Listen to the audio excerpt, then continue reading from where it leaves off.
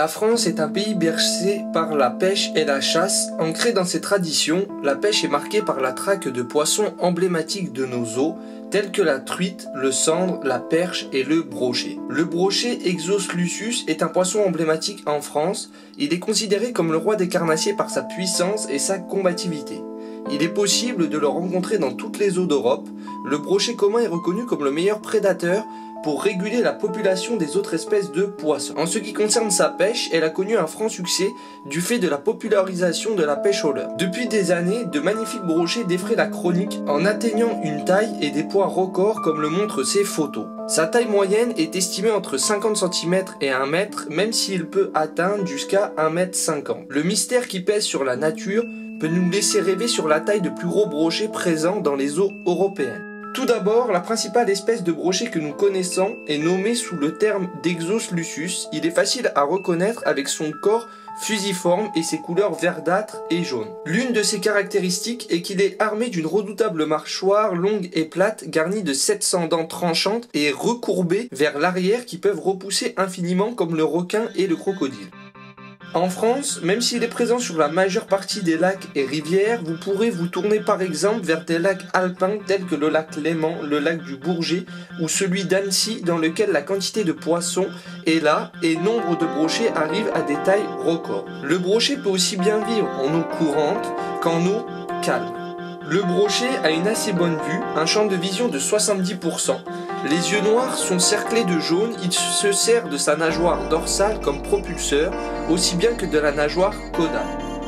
C'est un excellent prédateur qui chasse en solitaire et se nourrit le plus souvent de petits poissons blancs, ce qui assure son rôle non négligeable dans l'équilibre du biotope aquatique. La reproduction du brochet nécessite des zones de végétation herbacée où sera déposée la ponte, ce que l'on nomme les frayères. D'une manière générale, les taux de croissance et de mortalité des populations de brochets seront influencés par divers facteurs comme la température, la clarté de l'eau, la productivité, la disponibilité en poids, ainsi que la densité de brochets et des autres prédateurs. Le juvénile du brochet est qualifié de brocheton tant qu'il n'a pas l'âge et la taille de la maturité sexuelle qui arrive à environ 50 cm. La durée de vie est estimée à une vingtaine d'années. Les femelles deviennent plus facilement plus grosses que les mâles. Le brochet bénéficie d'une période de protection en France pendant sa reproduction définie par le code de l'environnement. Sa pêche est en général autorisée à partir du 1er mai dans la plupart des eaux de seconde catégorie en France. Néanmoins, certains départements ou plans d'eau définissent des dates différentes. Or, en 2011, il faut aller en Italie du Nord. Une nouvelle espèce de brochet a été découverte en Italie sur des critères morphologiques et génétiques. On le nomme le brochet Exos cisalpinus.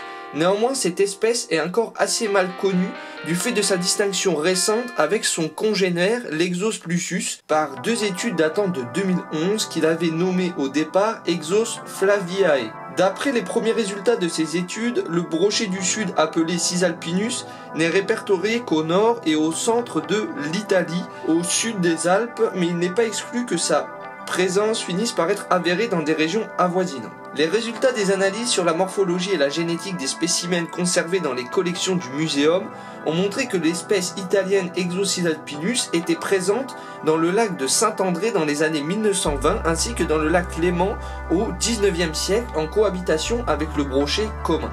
Cependant, aucun spécimen récent n'a pu être trouvé. Cette espèce aurait peut-être disparu des lacs périalpins. En ce qui concerne le brochet cisalpinus, il y a plusieurs variétés possibles dans les motifs de la robe, comme est montré sur les différentes photos. Une étude anglaise s'est portée sur la répartition du motif de la robe des brochets au sein de l'Europe et l'Italie montre toute sa spécificité. En ce qui concerne le brochet cisalpinus, il y a plusieurs variétés possibles dans les motifs de la robe, comme est montré sur les différentes photos. Malgré le peu de connaissances que nous disposons, le brochet italien dispose de caractéristiques qui lui sont reconnues. Le nombre d'écailles le long de la ligne latérale sera en moyenne moins important. Le brochet italien n'est jamais recouvert de spots arrondis comme cela arrive parfois chez le brochet Exos lucius. Ces taches sont allongées horizontalement chez les grands sujets. Concernant la taille, l'étude première portait sur 18 spécimens entre 12 et 35 cm et depuis les photos d'individus clairement identifiés comme étant des brochets du sud prouvent qu'ils peuvent dépasser le mètre. Ces dimensions sont probablement assez proches de celles de l'Exos lucius.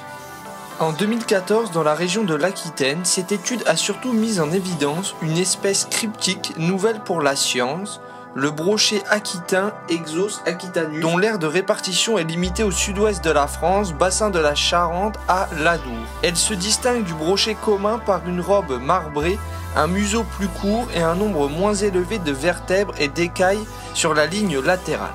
On manque encore de données sur ce poisson comme la taille maximum qu'il peut atteindre. D'ici quelques années, nous aurons des éléments de réponse. Cette photo montre le profil de tête juvénile montrant la différence de taille de museau entre l'espèce nouvelle Exos achinaticus et le brochet commun. La robe est également un peu différente d'après les résultats démontrés par monsieur Gaël Denis, co-auteur de l'étude.